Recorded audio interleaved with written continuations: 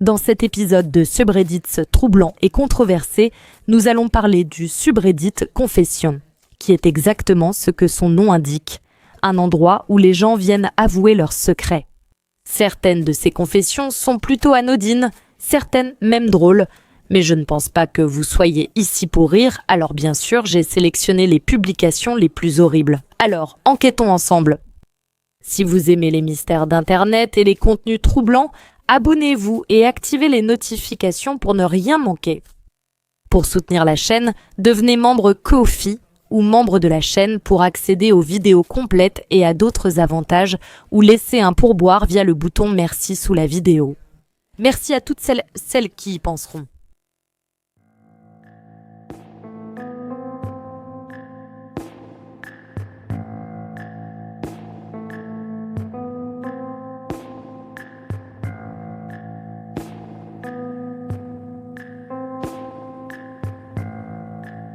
Cette vidéo abordera plusieurs sujets potentiellement sensibles, notamment la mort, les agressions sexuelles et les enlèvements. La discrétion des spectatrices est conseillée. Cliquez sur le lien dans la description pour devenir membre Ko-fi et voir la version intégrale et sans pub de cette vidéo avec une entrée supplémentaire absente ici. Le premier post que nous allons aborder date d'il y a seulement quelques jours et s'intitulait « Est-ce que quelqu'un d'autre a subi des contrôles de sous-vêtements au lycée sous prétexte d'éducation à l'hygiène ?» Le post est aussi inquiétant que le titre le laisse entendre, il disait ceci. J'ai presque 40 ans et dernièrement, j'ai des souvenirs intrusifs du lycée où des professeurs vérifiaient si nous gardions notre corps propre, nous faisaient poser faire la queue devant les toilettes et entrer une par une dans une cabine où l'enseignante vérifiait nos soutiens-gorge, regardait à l'intérieur et nous demandait de baisser notre culotte pour s'assurer que nous en portions des propres. Heureusement, si tu avais tes règles, tu pouvais passer. J'allais dans une école catholique de filles et nous portions un uniforme, une blouse et une jupe plissée jusqu'aux genoux.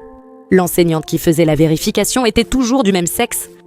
Je me souviens m'être sentie partagée parce que j'aimais les enseignantes, mais je me sentais violée et dégoûtée.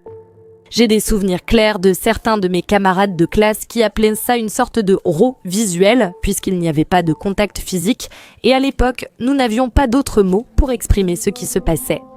Mais pour ma part, je ne considérais pas cela comme quelque chose d'aussi extrême parce que je vivais des violences sexuelles à la maison, mais ça, c'est une autre histoire. Bref, j'avais envie de me confier ce soir. Je ne sais pas pourquoi, mais je n'en ai jamais parlé à personne d'autre. Ça vit dans un espace de honte ambigu dans mon esprit. Suis-je la seule dans ce cas ? Comme responsable pédagogique semble percevoir ces contrôles, l'explication évidente semble être une sorte d'agression sexuelle, comme si les enseignants cherchaient juste une excuse pour voir le corps des enfants. Je me demande parfois si c'était vraiment des contrôles d'hygiène, même si cela n'a aucun fondement logique. Gardez à l'esprit qu'il s'agissait d'une école catholique et que certaines personnes très religieuses ont des croyances assez néfastes, surtout en ce qui concerne le corps des femmes. L'autrice a précisé qu'il vérifiait les sous-vêtements pour détecter d'éventuelles pertes, ce qui est normal et sain pour les filles et femmes. Pourtant, une catholique très pratiquante pouvait juger cela impur ou honteux, surtout il y a 30 ans. L'autrice a dit que c'était humiliant et que cela avait créé un cercle vicieux de honte, ce qui était peut-être bien leur intention. Les enfants qui sont humiliés et encouragés à ressentir de la honte sont beaucoup plus faciles à contrôler. Au final, que les raisons des enseignants ayant été d'humilier les enfants ou non, ce qu'ils ont fait reste tout de même une agression sexuelle. Forcer quelqu'un à enlever ses vêtements ou à inspecter des parties de son corps pour une raison autre que médicale, réalisée par un véritable médecin, ce qui n'était pas le cas ici, c'est une agression sexuelle. C'est tellement grave que ces enfants aient dû accepter cela comme faisant partie de la vie scolaire et l'autrice du post n'est probablement pas la seule à n'en avoir jamais parlé à cause de la honte. Apprendre que l'autrice a subi une agression sexuelle chez elle, la poussant à minimiser ce qui se passait à l'école, c'est tout simplement horrible. Il y avait quelques autres commentaires d'utilisatrices qui ont vécu des choses similaires dans leurs écoles, comme celui-ci. Nous avions des contrôles de sous-vêtements au collège pendant les cours d'éducation physique et sportive. La professeure exigeait que les garçons portent des slips blancs serrés au lieu de boxer, car ces derniers pouvaient causer des blessures et l'infertilité en courant. Encore aujourd'hui, je ne suis pas sûre que ce soit vraiment vrai. Je ne suis pas médecin, mais je suis presque sûre que ce n'est pas vrai. Si jamais, je penserais même que c'est le contraire. On dit que les sous-vêtements serrés réduisent le nombre de spermatozoïdes, mais j'ignore à quel point. Quoi qu'il en soit, rien ne pourra me convaincre que le professeur de cet utilisateur n'utilisait pas ça comme excuse pour mater les enfants, et c'est dégoûtant rien que d'y penser. Une autre utilisatrice a commenté : j'ai 24 ans, j'ai fréquenté une école primaire et un collège catholique dans le sud des États-Unis. Nous portions le même uniforme que vous, mais pouvions aussi mettre une robe chasuble plissée. Chaque matin, on vérifiait si nous portions un short sous nos jupes et nos robes. Au moins, ils faisaient ressortir les garçons de la salle, puis les filles devaient soulever leurs jupes devant l'enseignante. Ils utilisaient aussi une règle pour mesurer la longueur du short, même si on le gardait sous la jupe toute la journée. Je suis allée dans un autre établissement pour le lycée, une académie chrétienne privée. Nous avions des assemblées au gymnase où l'entraîneur, aussi surveillant, vérifiait la longueur de nos jupes et shorts.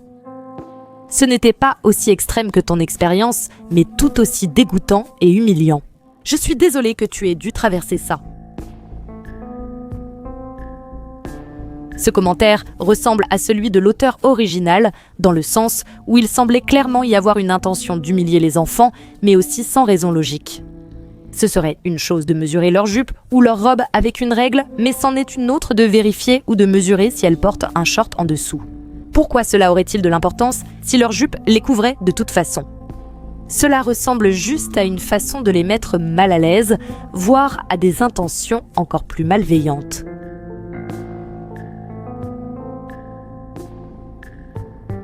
Le message suivant s'intitulait « J'ai été kidnappée à l'âge de 8 ans et retenue captive pendant 3 ans ». Il disait « Femme, 26 ans, j'ai été prise en charge par un inconnu à l'école qui prétendait être un ami de mon père, disant qu'il allait m'emmener à l'aéroport pour que je prenne un vol avec mon père. Non seulement je devais vraiment voyager avec mon père ce jour-là, mais cet homme savait aussi que mon père quittait le travail plus tôt. Il me l'a dit ce matin-là et qu'il devait aller à la pêche avec son ami. Il faisait ça souvent. Il m'a dit que mon père l'avait envoyé me chercher et que je devais le retrouver directement à l'aéroport. Je l'ai cru, convaincu mes professeurs de le connaître, excité d'aller à l'aéroport et je suis partie avec lui. J'ai été retenue captive pendant 3 ans. J'ai été violée, battue, affamée. À 11 ans, j'avais appris à lui faire confiance. Ça a commencé par des balades en voiture avec lui, même si je devais rester assise à l'arrière et garder le silence tout le temps. Il me laissait entrer dans sa cuisine et me préparer à manger. Il me laissait nettoyer sa maison. Le jour où nous avons nourri les canards au parc, j'ai couru aussi vite que mes jambes faibles le pouvaient. À cause de la foule, je pense qu'il m'a perdue. J'ai supplié une famille de m'aider, expliquant que j'avais été kidnappée et voulais rentrer chez moi. Je leur ai dit mon nom, le nom de mon école et les noms de mes parents. Pour faire court, ils l'ont attrapé, il s'est suicidé. J'étais de retour avec mon père, mes sœurs, mes chiens. Je suis maintenant heureuse en mariage avec ma femme depuis 4 ans, je suis toujours en thérapie, j'ai un bon travail et un bébé en route. Correction, désolée pour la dernière phrase, je réalise que beaucoup vivent mal cela et que j'ai eu de la chance. Mais la seule façon dont j'ai continué, c'était de me dire « je vais m'en sortir et ensuite je vais aller mieux. Je vais m'aimer à nouveau, je vais dépasser mon traumatisme. » Comme cela a marché pour moi, j'ai pensé que dire « ça finira bien » marcherait aussi pour les autres. Bien sûr, ce n'était pas la bonne chose à faire. C'est absolument terrifiant. On nous a tous appris, quand nous étions enfants, à ne pas parler aux inconnus et à ne pas aller n'importe où avec quelqu'un qui prétendait avoir été envoyé par nos parents pour venir nous chercher. Mais à 8 ans, si quelqu'un était venu à mon école en donnant des détails précis sur mon père et en connaissant mes projets de voyage, ça aurait très bien pu me tromper aussi.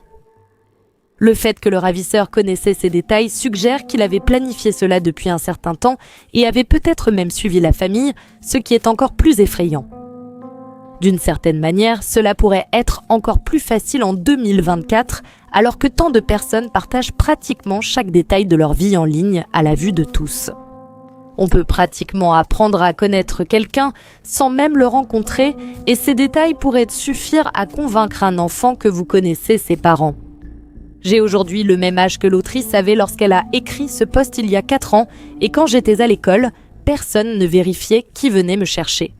Mes enseignants savaient qui étaient mes parents, mais lors des rares occasions où un autre membre de la famille venait me chercher, aucun d'eux ne posait de questions. J'espère et je suppose que ce n'est plus le cas aujourd'hui. Heureusement, la plupart des écoles sont aujourd'hui plus attentives à ces questions, mais certains éléments peuvent échapper à leur vigilance. Certains commentateurs ont mentionné que leurs parents leur donnaient un mot de passe pour vérifier, dans ce genre de situation, si un inconnu venait vraiment de leur part. Je trouve cela une excellente idée. Sur un autre sujet, avoir des mots de passe avec les membres de la famille peut aussi être utile dans beaucoup d'autres situations. J'ai entendu récemment des histoires d'arnaques où les escrocs utilisent une sorte d'intelligence artificielle pour imiter la voix d'une personne afin de convaincre sa famille, lors d'un appel téléphonique, qu'elle est dans une mauvaise situation et a besoin d'argent. La seule façon à laquelle je pense pour éviter de devenir victime de ce genre d'arnaque, c'est d'avoir un mot de passe avec les membres de votre famille afin de savoir avec certitude que c'est bien eux qui parlent. Bref, je m'égare. J'ai trouvé ça vraiment triste quand l'auteur a dit « Moi, à 11 ans, j'avais appris à lui faire confiance. » Dieu merci, elle l'a fait et a finalement réussi à s'échapper, mais aucun enfant ne devrait avoir à apprendre comment manipuler ses ravisseurs adultes pour trouver une occasion de s'enfuir. C'est aussi révoltant de savoir que le ravisseur s'est suicidé avant de pouvoir faire face à ses actes. Il a enlevé une fillette de 8 ans, l'a maltraitée pendant 3 ans, mais n'a pas supporté l'idée d'être emprisonné et a choisi la solution de facilité. En réponse aux questions demandant si elle avait essayé de s'enfuir plusieurs fois, si elle était dans la même ville et ce qui s'est passé quand elle a vu sa famille, l'autrice a répondu « Je n'ai pas été autorisée à sortir pendant ce qui m'a semblé être une éternité, donc non, je n'ai pas essayé de m'enfuir. Je n'avais même aucune idée d'où je me trouvais. Quand j'ai vu ma famille, il y a eu des câlins, des baisers, des sanglots et des cris. Je n'ai pas été autorisée à rentrer chez moi depuis l'hôpital pendant quelques jours, car il devait d'abord s'assurer que j'étais en bonne santé, mais une fois rentrée, j'ai réalisé tout ce que j'avais manqué. Ce n'était pas facile, mon trouble de stress post-traumatique était terrible et j'avais l'impression que tout le monde faisait attention avec moi. La thérapie nous a vraiment aidés, toutes. » C'est le seul commentaire auquel l'autrice a répondu, donc il n'y a pas plus d'informations à ajouter. Tout ce que je peux dire, c'est que je suis vraiment contente qu'elle aille mieux maintenant, et je lui souhaite le meilleur pour l'avenir.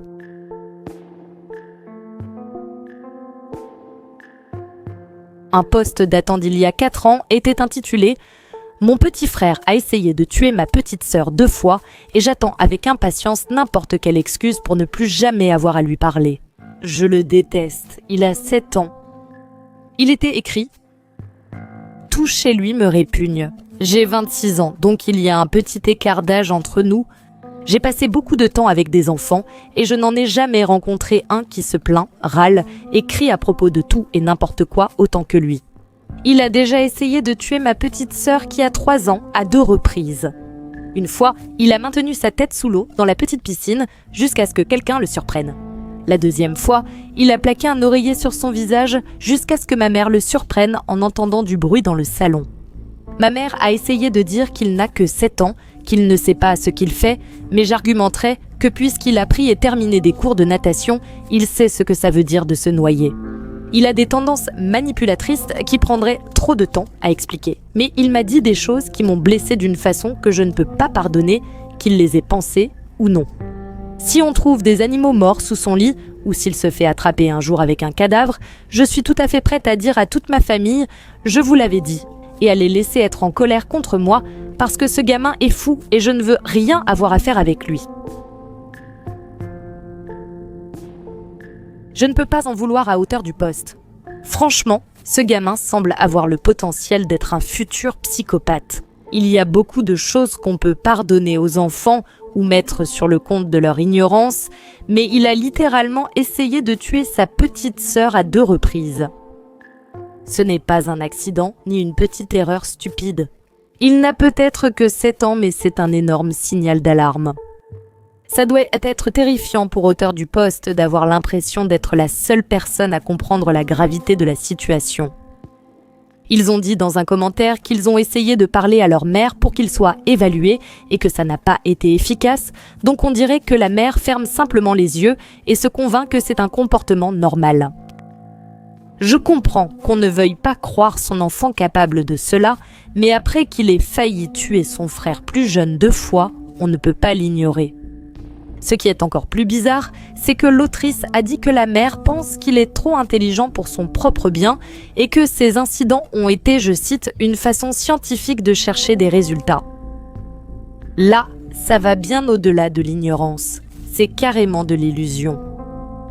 Peu importe ses raisons d'agir ainsi, il y a une réelle possibilité qu'il finisse par tuer sa sœur ou quelqu'un d'autre.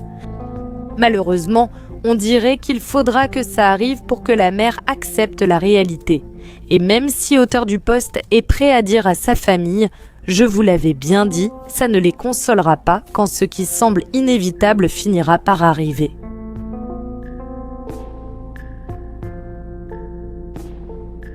Il y a environ 6 ans, il y a eu une confession très déprimante simplement intitulée « Je suis en train de mourir mais je ne l'ai dit à personne ». Elle disait « On m'a diagnostiqué un cancer il y a un peu plus de 2 semaines après un contrôle de routine. J'ai une tumeur au côlon déjà propagée au foie et aux poumons. Une chimiothérapie intensive et une opération sont nécessaires pour espérer vivre plus de 8 mois. Je ne suis aucun traitement et je n'en ai pas parlé à ma femme parce qu'elle ne ferait que me pousser à suivre ce traitement, ce qui entraînerait des mois de douleur et de souffrance pour une chance relativement faible. À la place, je fais en sorte que nos derniers mois ensemble ne soient remplis que de souvenirs heureux. Je commence le travail plus tard et finis plus tôt chaque jour pour lui préparer le petit déjeuner au lit et l'emmener à des rendez-vous le soir. Mon propriétaire, à qui je loue mon atelier, a accepté de me laisser gérer mon entreprise sans loyer pendant les 6 prochains mois, ce qui signifie beaucoup moins de stress financier et je peux économiser beaucoup plus pour qu'elle ait de quoi subvenir à ses besoins par la suite. J'espère qu'elle me pardonnera d'avoir choisi cette voie. C'est vraiment une situation terrible à vivre et une partie de moi peut comprendre la décision de l'auteur de ne pas en parler à sa femme. Même si la seule raison qu'il a donnée était qu'il ne voulait pas être poussé à suivre un traitement, je soupçonne qu'il y avait autre chose derrière cela. Il ne savait probablement pas non plus comment lui annoncer et ne voulait pas la voir le cœur brisé pendant tout le temps qu'il lui restait. Au lieu de cela, il la tient dans l'ignorance mais fait tout ce qu'il peut pour la rendre heureuse pendant ces derniers mois. D'un autre côté, je ne suis pas sûre que cette décision soit la meilleure pour sa femme. Ce n'est pas à moi de juger, surtout que j'ai la chance de ne jamais avoir été dans cette situation, mais si j'étais sa femme, je voudrais absolument savoir. Je l'encouragerais vraiment à se faire soigner et je serais dévastée qu'il choisisse de ne pas le faire. Mais au moins, je saurais ce qui se passe et sa mort ne serait pas un choc soudain. Je ne me demanderai pas pourquoi il pensait ne pas pouvoir me le dire, ni ne passerai mon temps à ressasser mes paroles ou actes récents en regrettant de ne pas avoir agi autrement. Il y a de fortes chances que auteur du post aurait montré des signes de maladie grave à mesure qu'il approchait de la mort, donc il aurait été presque impossible de cacher ce secret à sa femme tout ce temps. Cela a été publié sur un compte jetable et il n'y a jamais eu de mise à jour ces 3 jours. Étant donné que cela remonte à 6 ans et qu'on avait dit à auteur du post qu'il ne vivrait pas plus de 8 mois sans traitement, il est probable qu'il ne soit plus parmi nous. Je ne peux qu'espérer que ces derniers mois ont été aussi bons que possible et que sa femme va bien.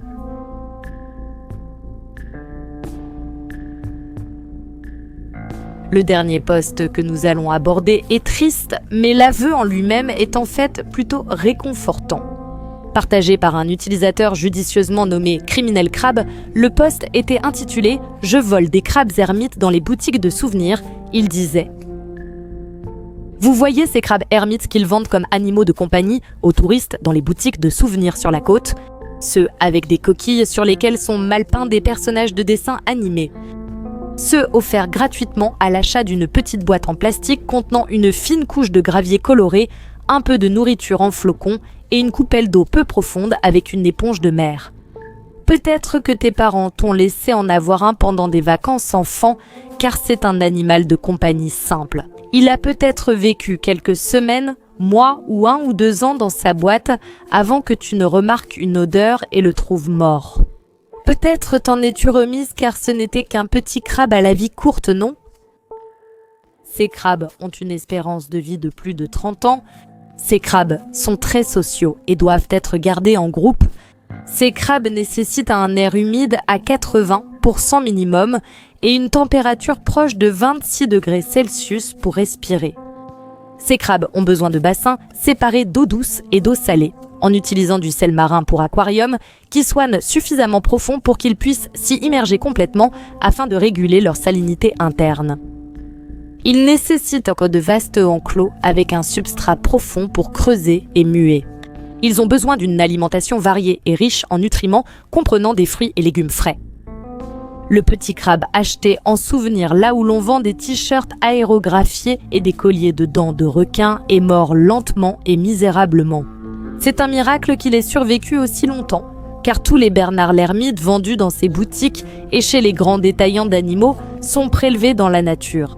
On leur casse leur coquille naturelle à coups de marteau, alors ils n'ont pas d'autre choix que de porter une babiole kitsch avec Spider-Man peint dessus.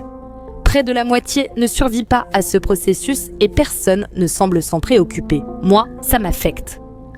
Il y a plusieurs années, j'étais dans l'une de ces boutiques et j'ai vu des centaines de Bernard l'ermite gardés dans une cage ouverte, sans chauffage, avec seulement une petite coupelle d'eau. Je les sentais avant de les voir. De petits corps morts pourrissaient dans leurs coquilles, des membres dispersés partout.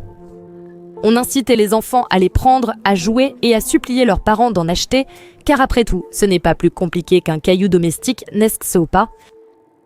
Si j'en achetais, je leur donnerais une chance de vivre, mais ce faisant, je soutiendrais une industrie cruelle et financerais la mort de tant d'autres. Je ne sais pas combien de temps j'ai erré dans le magasin avant qu'une soudaine prise de conscience ne me frappe. J'ai des poches. Aussi naturellement que possible, j'ai choisi quelques crabes mal en point et je les ai doucement glissés dans ma poche. Mon cœur battait fort, mais personne ne m'a arrêté en sortant, ainsi a commencé ma vie de criminel. Je ne le fais pas souvent, mais si je me trouve dans une ville avec l'une de ces boutiques de souvenirs, j'y entre et je libère quelques Bernard l'ermite. Je me dirige vers les plus faibles et ceux qui ont des membres manquants. Ils sont en fin de vie, mais je veux qu'il ait une chance, ou au moins qu'ils puissent mourir aussi confortablement que possible. Ceux qui ont survécu sont maintenant tous en bonne santé et actifs, une colonie de crabes de contrebande. J'adore le bruit de fond de leurs carapaces qui claquent contre leur terrarium et les unes contre les autres pendant qu'ils vaquent à leurs occupations de crabes. Je suis un peu ivre et sentimentale ce soir, c'est mon excuse pour écrire tout ça. J'ai le sentiment que la plupart des gens ne voudront pas tout lire, mais j'espère qu'ils le feront et que d'une manière ou d'une autre, cela fera une différence. Merci d'avoir lu jusqu'au bout, j'espère que vous ne vous ferez jamais attraper. Je n'ai jamais vu de boutique de souvenirs vendre des crabes ermites, mais j'en ai entendu parler. Ça me rend triste qu'ils soient arrachés à leur habitat pour finir en magasin, traités comme des objets, attendant d'être achetés par quelqu'un qui ne s'en occupera sans doute pas bien. Quelle vie misérable! Je sais que les humains peuvent traiter d'autres humains de façon horrible, mais je trouve fou à quel point il est normalisé de traiter aussi mal d'autres êtres vivants, surtout les créatures qui ne sont pas mignonnes ou dufteuses, ou même celles qui le sont, si ce ne sont pas des chiens, des chats ou tout autre animal que nous ne considérons pas comme des animaux de compagnie. Cela dit, j'adore entendre des histoires d'eau comme celle-ci. C'est rassurant de savoir qu'il y a des personnes compatissantes qui essaient de faire une différence. Une autre utilisatrice a commenté « Je vis dans l'une de ces communautés balnéaires touristiques. Je vole des crabes ermites depuis des années et j'en ramène autant que possible dans la nature.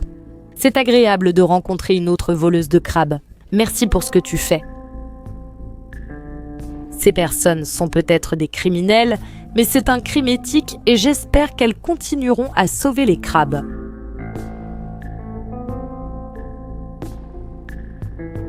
J'aimerais beaucoup connaître vos avis dans les commentaires, ainsi que toute suggestion que vous pourriez avoir pour une prochaine vidéo. Si vous avez apprécié la vidéo, n'hésitez pas à aimer et à vous abonner. Merci à mes membres Ko-fi et de la chaîne dont les noms s'affichent. J'apprécie vraiment votre soutien. Merci d'avoir regardé, à bientôt dans une prochaine vidéo.